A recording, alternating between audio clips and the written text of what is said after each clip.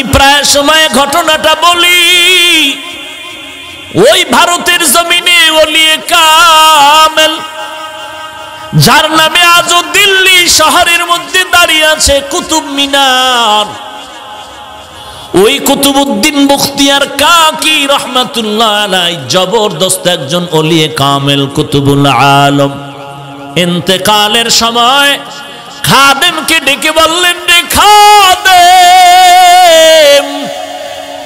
আমি আর বোধহয় বেশি দিন বাঁচবো না, মরণাপন্ন হয়ে যাচ্ছি। ইশারাতান কেমন যেন মনটা খারাপ লাগতেছে। বিদায় বেলা দুইটা ওসিয়ত করে যাই, করায় গন্ডায় পালন করবি।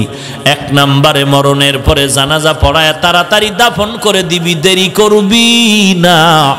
নবী বলছেন, মাইয়েতের দেরি করিয়া জানাজা দিলে মাইয়েত বড় কষ্ট পায়, তাড়াতাড়ি দাফন করে কবরে রাখবি এক নাম্বার। আমরা করি উল্টা। কেন? ছেলে কানাডায় রইছে, না আইলে জান্নাতের টিকিট দেওয়া যাবে না, জানাজা হবে না। অথচ যে ছেলের জন্য বাবার লাশটা এখনো রেডি করতে চায় না, জানাজা পড়তে চায় না, ওই ছেলে বিদেশে নামাজ পড়ে না, রোজাও রাখে না, ওই ছেলে মোনাজাত দিলেও কবুল হওয়ার ভিতরে সন্দেহ।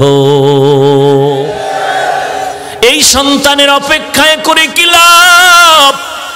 নবীর কথা মতে জানাজা পড়ায় যদি দাফন করে দিতা, আর সন্তান এসে এলাকার আলেম ওলামা নিয়া যদি কবরের কিনারায় গিয়া দোয়া করত, রব্বির হামহুমা কামা রব্বায়ানি সগীরা, আলেম ওলামাদের দোয়া সন্তানের চোখের পানি বাবার কবর শান্তির ঘর হয়ে যেত। কুতুবউদ্দিন বখতিয়ার কাকি বলেন, এক নম্বর ওসিয়ত, আমার জানাজা তাড়াতাড়ি পড়ায় দাফন করে দিবি। দুই নম্বর ওসিয়ত, আমার লাশটা যখন ময়দানে যাবে হাজার হাজার ভারতের আলেম ওলামা আসবেন, তবে যে কোনো আলেম যেন আমি কুতুবউদ্দিনের জানাজার ইমামতি না করে। তুই আমি ঘোষণা দিলাম এমন কিছু গুণের কথা বলবো, এই গুণওয়ালা মানুষ যদি তাকে জানাজা পড়াবে, কমপক্ষে 4টা গুণের কথা বলে দিলেন। এ খাদেম, আমার লাশটা ময়দানে রেডি করে 4টা গুণের কথা বলে দিবি। ওই ময়দান থেকে 4 গুণওয়ালা ব্যক্তি যদি থাকে, সে জানাজার ইমামতি করবে। এই 4 গুণওয়ালা যে থাকবে না, সে যেন আমার জানাজা না পড়ায়। আল্লাহর ওলি কুতুবউদ্দিন বখতিয়ার কাকির ইন্তেকাল হয়ে গেল। খাদেম ময়দানে লাশ হাজির করে, মাইয়াতকে হাজির করে এলান করে দিলেন, 1 নাম্বার ওসিয়ত, জানাজা পড়ায় তাড়াতাড়ি কবরে রাখতে হবে, বিলম্ব করা যাবে না নবীজির হাদিসের কথা মতে।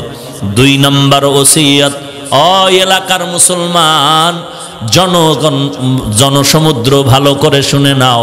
কুতুবউদ্দিন বখতিয়ার কাকি বলেছেন, জানাজা তাড়াতাড়ি পড়াবার জন্য, তবে সাবধান, যে কোনো আলেম সামনে এগিয়ে আসবেন না। ওই ব্যক্তিকে আসার জন্যই অনুরোধ জানানো হয়েছে, যার মধ্যে 4টা গুণ থাকবে।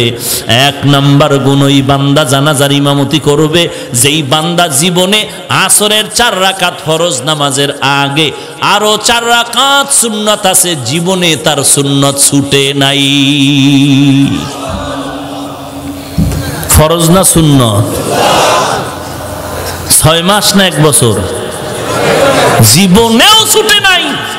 কেমন সুন্নত? যেই সুন্নত পড়লে সওয়াব, না পড়লে গুনাহ নাই। এই সুন্নত যখন কইছে, ময়দান ঠান্ডা হয়ে গেছে। এই কি যেমন তেমন কাম? ফরজই ঠিক রাখা যায় না, জামাত ছুটে যায় যায় হালাত, সূর্য লাল হয়ে যায়। আবার সুন্নত খাদেম চিল্লায় কইরে আলেম ওলামার দল। 1 নাম্বার গুণ হইল, জিন্দেগিতে আসরের নামাজের 4 রাকাত ফরজের আগে 4 রাকাত সুন্নত যার ছুটে নাই। 2 নাম্বার গুণ বলবো, ও আল্লাহর বান্দা, 2 নাম্বার গুণ, জীবনে বান্দা জবান দিয়া কোনোদিন মিথ্যা কথা বলে নাই, জীবনেও মিথ্যা কথা বলেন। ও হাজী সাহেব, মোবাইলের মাধ্যমে ঘরে থেকে বলো, আমি এখন ঘরে নাই, বহু দূরে।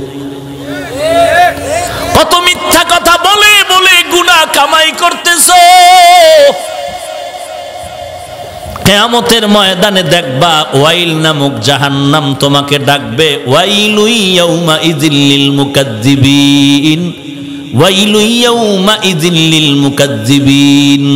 قال النبي صلى الله عليه وآله وسلم আলা, সাবধান হে উম্মতের দল, ইয়াকুম ওয়াল কিযব ফাইন্নাল কিযবা ইয়াহদি ইলাল ফুজুর ওয়া ইন্নাল ফুজুরা ইয়াহদি ইলান নার। এই উম্মতেরা সাবধান, মিথ্যা কথা বলবা না, মিথ্যা তোমাকে ধ্বংসের পথে নিয়ে যাবে। ধ্বংসের পথ মানে জাহান্নামের পথ। ওয়াইল নামক জাহান্নাম মিথ্যাবাদীর জন্য। খাদেম বলে 2 নাম্বার গুণ, জীবনে মিথ্যা কথা বলে নাই। 3 নাম্বার, জীবনে কোনোদিন 2 চোখ দিয়া বেগানার দিকে নজর করে নাই। এই সেলফির গোষ্ঠী, একটা মিস কল পেলেই দৌড়াচ্ছ। তুই চরিত্র যেই রকম ধ্বংস করবি, কপালে বউ থাকলে এরকম চরিত্রহীনা বউ পাবি। তোর চরিত্র যেমন তোর বউ তেমন। তুই বিয়ার পরে ভাবতেছো বউ কেমন, কোনো ভাবার কিছু নাই, ডাইরেক্ট তাবিজ তুই নিজে।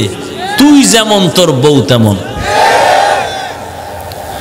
জীবনে কত মেয়ের চরিত্র আঘাত করে সরে যুবক, তোর এমন একটা বউ তুই পাবি অতটা যুবকের চরিত্র ধ্বংস করনেওয়ালা। তুই যত মেয়ের জিন্দেগি নষ্ট করেছ, যত মানুষের চরিত্র ধ্বংস করেছ, এমন এক জল্লাদ তোর ঘরে আসবে বউ হইয়া, 1 বছরে তোর 30 বছরের জাল মিটায় দিবি। হাসো, বেহায়ার মতো হাসো, টের ভাবি সময় মতো। এরে নবীর আশিক উম্মতের দল, এখানে যেই যুবক আছো সকলের বোন আছে না নাই? হয়তো তোমার নিজের বোন নাই, চাচতো বোন আছে, মামতো বোন আছে, অধিকাংশ তো নিজের বোন আছে। আকল যদি ঠিক থাকে চিন্তা করে বল, তোর বোনের যদি খবর শোনো কেউ হামলা করেছে চরিত্রের উপরে, তোর কাছে খুশি লাগবে? তো আর একটা মেয়ের উপরে যখন হামলা করো, ওর মা বাবা ওর ভাইয়েরাও তো খুশি হয় না। আল্লাহর লানত তোর উপরে আসবে। আয়নার সামনে তাকাইয়া দেখ তোর চেহারার ফুটন্ত সেই রং কোথায় চলে গেল। তোরে এখন গাঞ্জাখোরের মতো কেন দেখা যায়? তোর চেহারা দেখলে কেন মায়া লাগে না? ওই মোবাইল হলো তোর ধ্বংসের কারণ। ভাইরা আমার, আল্লাহর বান্দা কুতুবউদ্দিনের খাদেম চিন্তা করে ডাক দিয়া কয়, 3 নাম্বার গুণ জীবনে বেগানার দিকে নজর করে নাই। 4 নাম্বার গুণ হলো জিন্দেগিতে কোনোদিন তাহাজ্জুদের নামাজ কাজা করে নাই। তাহাজ্জুদ বুঝেননি? যেটা ফজরের আজানের পরে পরে। হ্যাঁ, হায় হায়, পূজানি মাদ্রাসায় পড়ি আর মসজিদে নামাজ পড়াইতাম ছাত্র জীবনে। তো ছোটবেলার থেকে যেহেতু কণ্ঠ ভালো, মা গজল শিখাইতেন, ফাঁকে ফাঁকে বলতাম। তো আজান দিতাম মাঝে মাঝে আর গজল কইতাম। তো নামি এক ব্যক্তি এলাকার ধান্দাবাজ কয়, আমরা তাহাজ্জুদ পড়ি, আপনি গজল বলেন কেন আজানের পরে? আমাদের ডিস্টার্ব হয়। এবার বুঝেন যে আজানের পরে কি তাহাজ্জুদ পড়ে মগা। হেই হইল মসজিদের সভাপতি, কথা কয় না। ভাইরা আমার, বড় দুঃখ, তাহাজ্জুদের নামাজ এমন একটা নামাজ, 5 বেলার নামাজ ফরজের আগে তাহাজ্জুদ ছিল বড় আবশ্যকীয় নামাজ।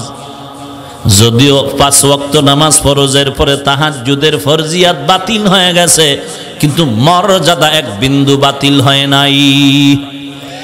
অতি গভীর হয় রজনী যখন,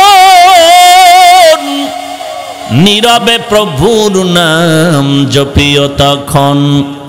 প্রভুর করুণা যদি পাইবারে চাও, প্রভুর করুণা যদি পাইবারে চাও, গভীর রাতে উঠে প্রভুর গুণগান গাও, গভীর রাতে উঠে প্রভুর গুণগান গাও।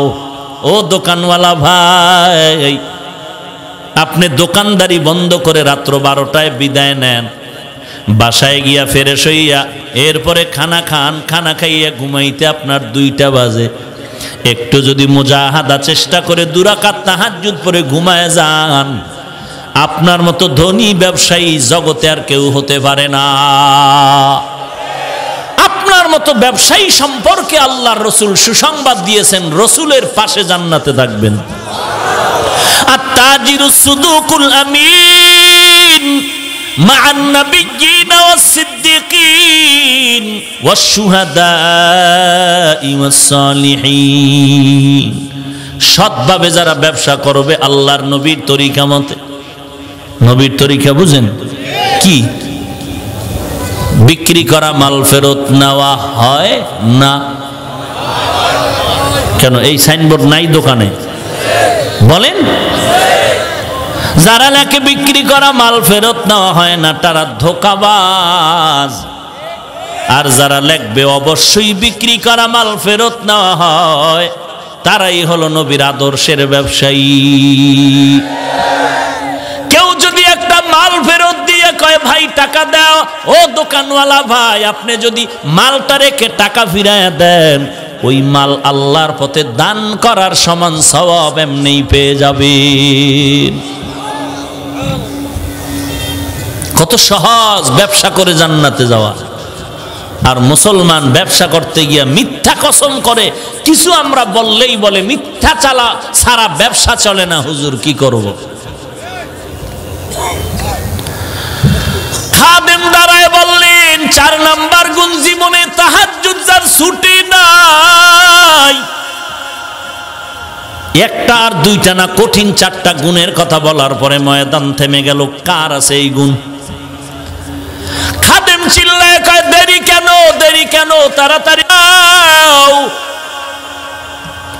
অবশ্যই তো 4 গুণওয়ালা বান্দা এখানে আছে, না হয় কুতুবউদ্দিন বলে যাইতেন না।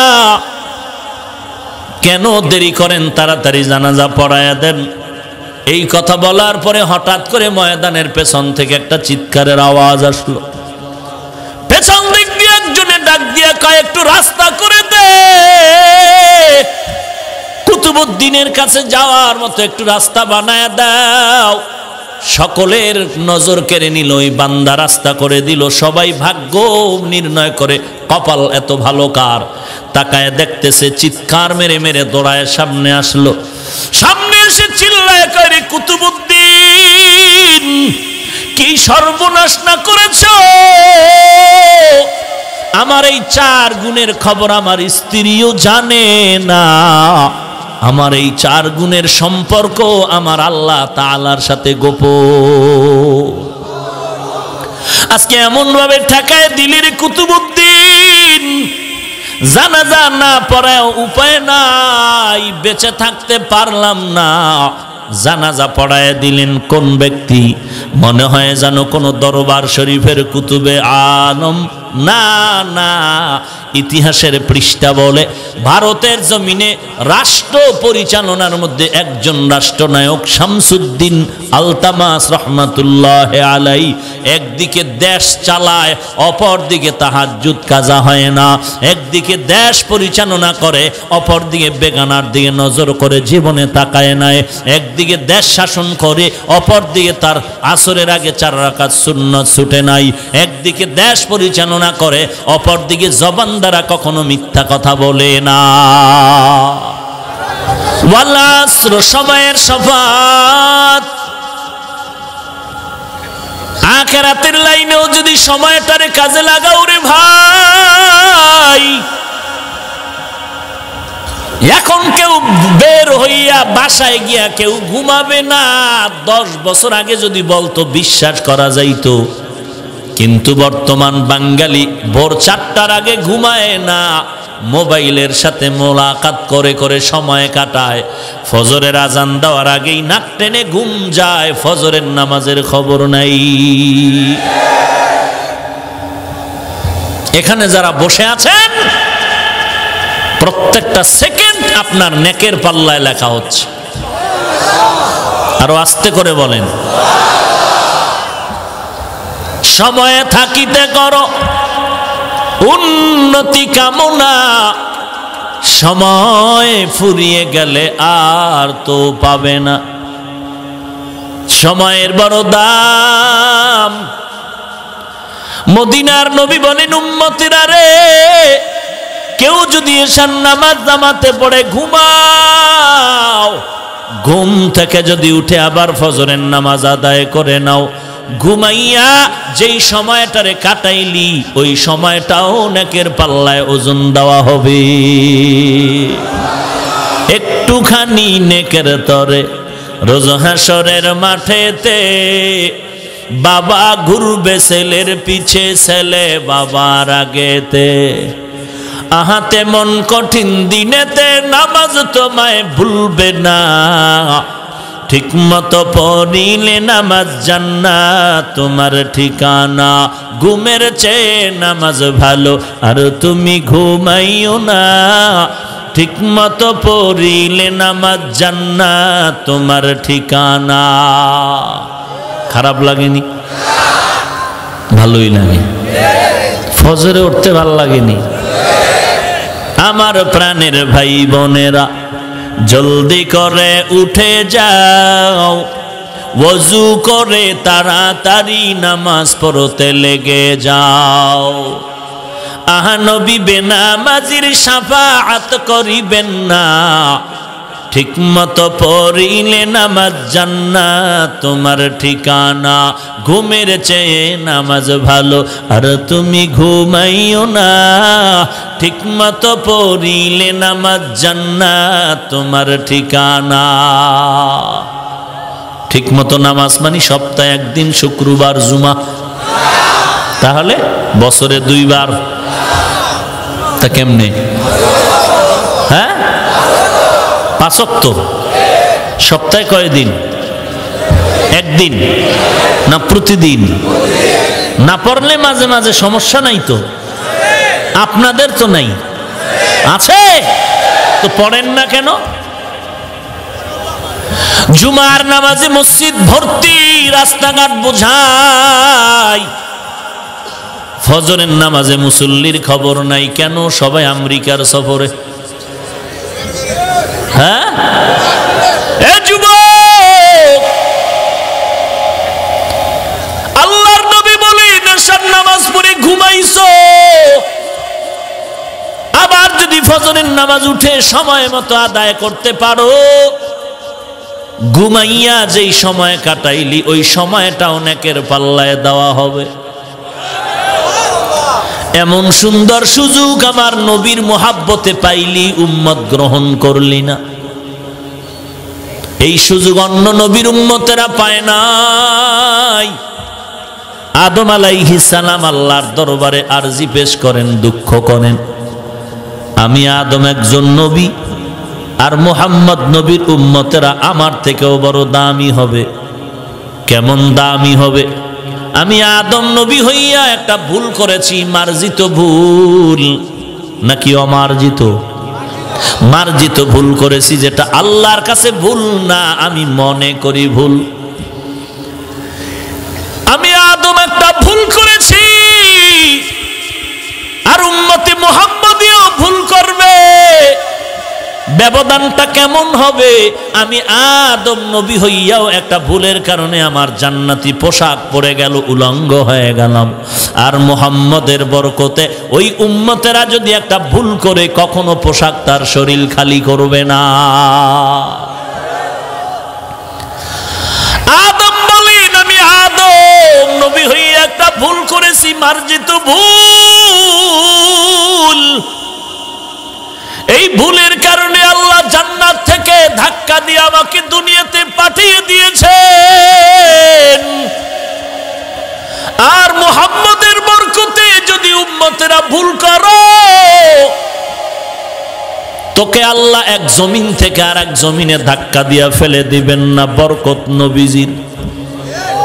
আদম নবী বলেন, আমি আদম নবী হওয়ার পর একটা মার্জিত ভুল করার কারণে আল্লাহ তাআলা আমার স্ত্রীর থেকে আমাকে আলাদা করে দিয়েছেন।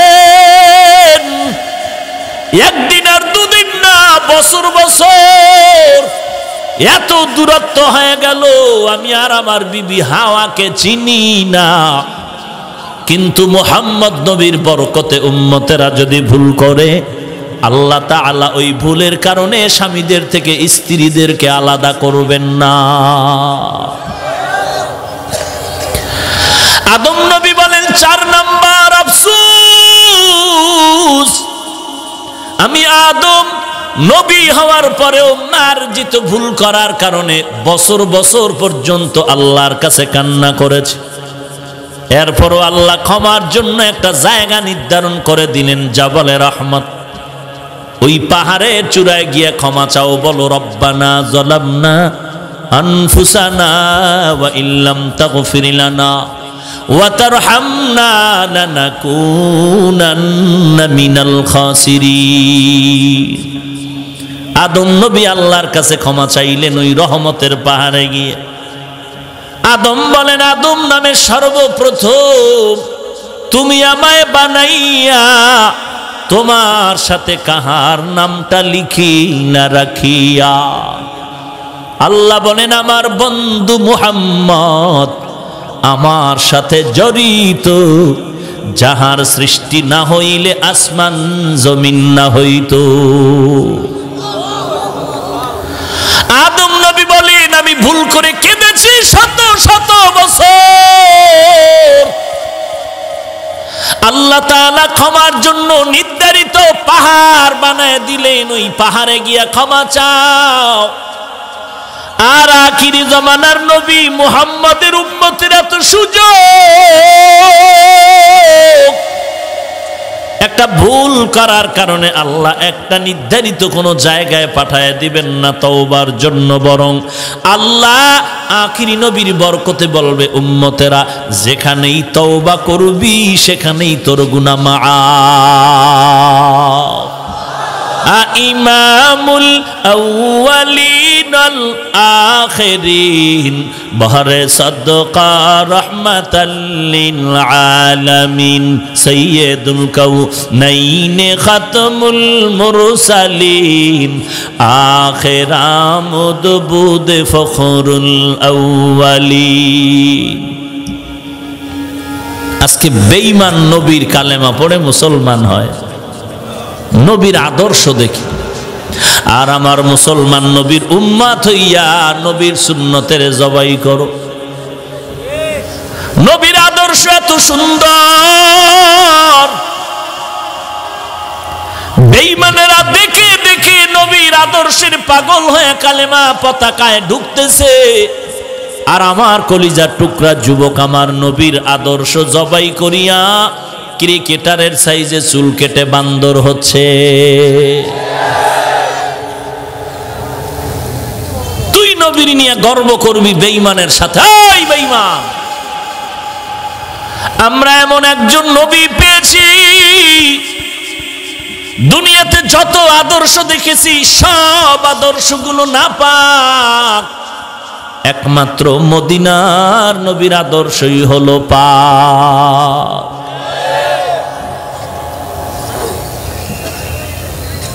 সময়টারে কাজে লাগাও রে ভাই, আখিরাতের লাইনেও যদি কাজে লাগাও বড় দাম হয়ে যাবে। হাকিমুল উম্মত মুজাদ্দিদুল মিল্লাত শাহ আশরাফ আলী থানভী রহমাতুল্লাহ আলাইহির এত নাম কেন, এত দাম কেন? টাকা বেশি ছিল? না না, হাজারের উপরে কিতাব লিখেছেন, আবার দাওয়াতেরও কাজ করেছেন, তাজকিয়ায়ে নফসেরও কাজ করেছেন, দর্স তাদরিসেরও কাজ করেছেন। এই কি হইল? আমি তো গুছাই নিতেছি দোয়ার জন্য, খারাপ লাগে? তাই গজবের ব্যারাম কেন? যদি ভেতরে দীর্ঘ টাইম বসার অভ্যাস না থাকে ঢুকলেন কেন? বাহিরে দাঁড়ায় বিড়ি টানতেন আর বয়ান শুনতেন, দেখতামও না, কিছু বলতামও না। আর 5 মিনিট মোনাজাত হয়ে যাবে, কেউ উঠলে এর আগেই হয়ে যাবে। আর নমুনা তো তাই দেখা যাচ্ছে।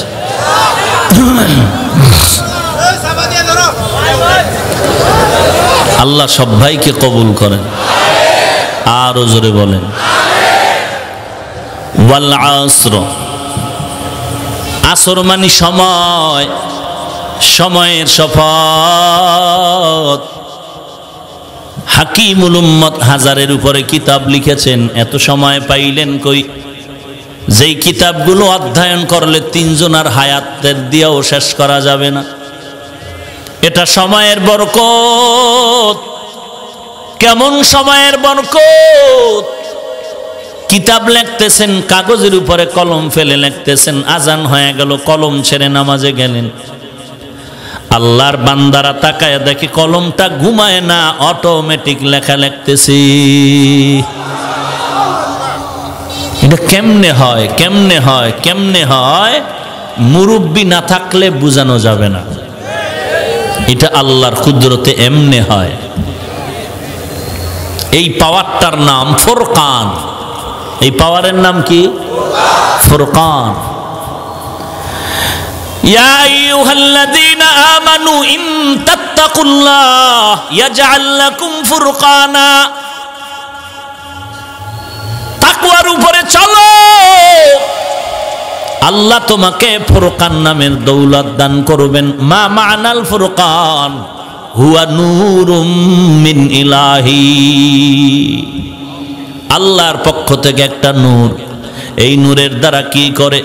মা ফুররিকা বিহি বাইনাল হাক্কি ওয়াল বাতিল। ওই নূরের আলো দিয়া হক বাতিল নির্ণয় করে আল্লাহর তাকওয়াওয়ালা বান্দারা হকের পক্ষে আগায়া যায়। এনে নবীর আশিক উম্মতের দল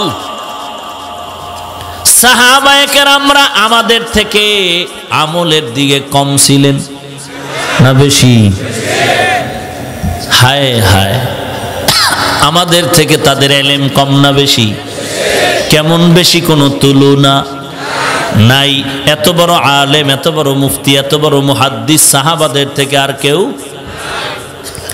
এরপরেও ব্যবসাও করেছেন, চাকুরিও করেছেন, জিহাদ করেছেন, আবার তাহাজ্জুদ, ইশরাক, আউয়াবিন, চাষ কোনোটা বন্ধ নাই। এত আমল, এত ইলম, এত ব্যস্ততার মাঝেও তাদের তাহাজ্জুদ বন্ধ নাই। আবার রাতের বেলা নামাজে দাঁড়ায় কান্নার আওয়াজ, কবরে একা আমি কেমনে থাকবো? এরে নবীর উম্মতের দল, এই জন্য এদের এত নাম, এত দাম। আল্লাহ বলেন সময়টারে কাজে লাগাও, দুনিয়ার লাইনও দামি হয়ে যাবে, আখিরাতের লাইনও দামি হয়ে যাবে। আসরের আরেকটা অর্থ হলো আসরের নামাজ। তো অর্থ কি হবে? ওয়াল আসর শব্দের অর্থ হবে আসরের নামাজের শপথ। আসরের নামাজের শপথ কেন? বলে আল্লাহ পাক এই নামাজের মধ্যে কিছু বিশেষত্ব রেখেছেন। কোরআনের অন্য আয়াতে আল্লাহ বলেন হাফিজু আলাস সালাওয়াত ওয়াস সালাতিল উস্তা। সমস্ত নামাজের হেফাজত করো,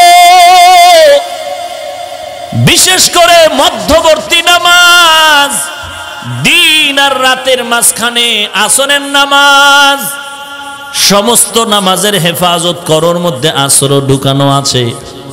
আবার আল্লাহ আসরের কথা ইশারাতান আলাদা কেন বললেন? বলে আসরের নামাজটা এমন একটা নামাজ দিনের বেলার ফেরেশতারা ডিউটি শেষ করে বিদায় নেয়, রাতের বেলার ডিউটি করনেওয়ালা ফেরেশতারা ডিউটি শুরু করে। বরুড়া থানার ওসি সাহেব নতুন আসতেছেন, পুরান ওসি সাহেব বিদায় নিচ্ছেন। এমন সময় নতুন ওসি সাহেব বলেন, ভাই বরুড়ার হালাতগুলো আমাকে একটু ডায়েরি করে দেন। বলে, ভাইজান 10 জন লোকের নাম ডায়েরি করে দিলাম, এই এলাকার বড় দামি, এদের সাথে যোগাযোগ যথাযথ রাখলে হাদিয়া ভালো সময় মতো পেয়ে যাবেন। আর নিরপেক্ষতার সূত্রে কিছু যদি জানতে চান, বরুড়া কেন্দ্রীয় মসজিদের খতিব থেকে জেনে নিবেন। পুরান ওসি যা বলে গেল, নতুন ওসি এসে তা মূল্যায়নের সাথে ওই অনুযায়ী ফলো করে আগাচ্ছে। বিদায়বেলা দিনের ফেরেশতারা বলে, আসরের নামাজের মধ্যে যেই মানুষগুলো দাঁড়ানো আছে, আমরা রিপোর্ট দিলাম এদের মতো ভালো মানুষ জমিনে নাই। রাতের ফেরেশতা ডিউটির শুরুতে লিখে দেয়, ওরাও ভালো বলেছে, আমরাও বলে দিলাম এরা ভালো মানুষ।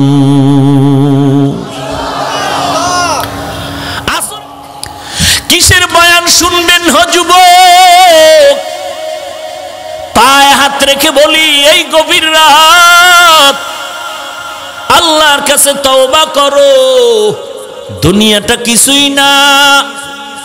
একটু ঘুমের গলে বালিশে মাথা লাগায় চিন্তা করিও, এমন একটা আমল কি জীবনে করতে পেরেছ আল্লাহর কাছে পেশ করলে আল্লাহ মাফ করে দিবে? এমন একটা আমল জীবনে করছো নি বলো?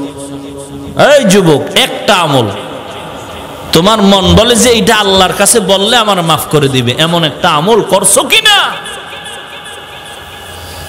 যদি করে না থাকো তওবা করো। তুমি করবা কি করে? সারা দিন যদি লেখাপড়ার ফাঁকে ফেসবুকে হাটহাজারীরে নিয়ে গালি দাও, চরমনাইরে নিয়ে গালি দাও, দেওবন্দিরে নিয়ে গালি দাও, কওমিরে নিয়ে গালি দাও, তাবলীগ নিয়ে গালি দাও, তো হবে কেমনে? কপাল তো আরো পুড়তেছে। যারা চরমনাইয়ের বিরুদ্ধে কথা বলে, জিকিরের বিরুদ্ধে কথা বলে, যারা তাবলীগের বিরুদ্ধে কথা বলে, আল্লাহওয়ালা পীর মাশায়েখের হক্কানীদের বিরুদ্ধে কথা বলে, যারা কওমি দেওবন্দির বিরুদ্ধে কথা বলে, তারা ভণ্ড, তারা বাতিল। কোনো দলিল নাই, এটাই দলিল। জিকিরের বিরুদ্ধে কথা বলাই দলিল, সে বাতিল। ভাইরা আমার, আল্লাহর কাছে তওবা করো। গীবত শিকায়াত থেকে হাতকে বাঁচাও, জবানকে বাঁচাও, নজরকে বাঁচাও। গুনাহ করে করে জীবনটারে নষ্ট করেছো। কোথায় কোন দিন কি পরিমাণ গুনাহ করেছো আব্বা আম্মা ভাই বোন কেউ জানে না, আল্লাহ জানেননি। আল্লাহ কয়, আমি জানার পরেও তোর জন্য রাগ করে পানি বন্ধ করি নাই, বাতাস বন্ধ করি নাই, বরং আমি ডাকি তওবা কর। আমি আল্লাহ তোর জিন্দেগীর তওবার বিনিময়ে সব গুনাহ মাফ করে দিব। এ যুবক ভাই, আপনার মতো আমার মতো বহু যুবক নামাজি দাড়িওয়ালা স্কুল কলেজে পড়ে আছে না নেই?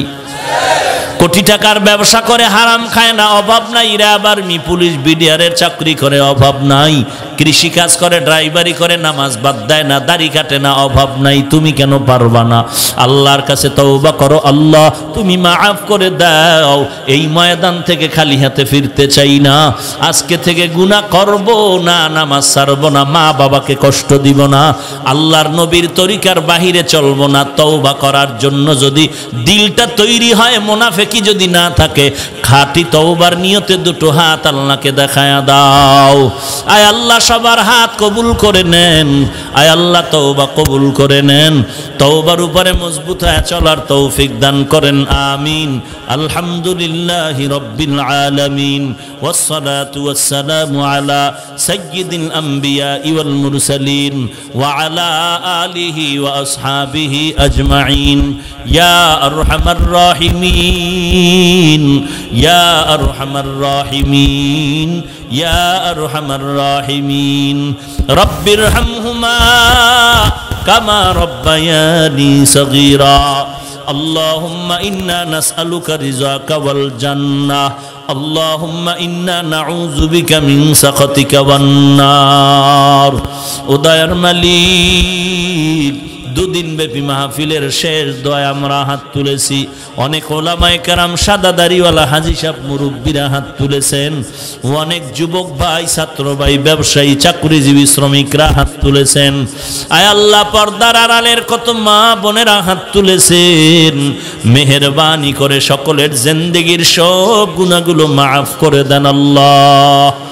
মাহফিল আপনি কবুল করে নেন, আয়োজনকারীদের কবুল করে নেন, সহযোগিতাকারীদের কবুল করে নেন, আলোচনার ভুল ত্রুটি ক্ষমা করে দেন।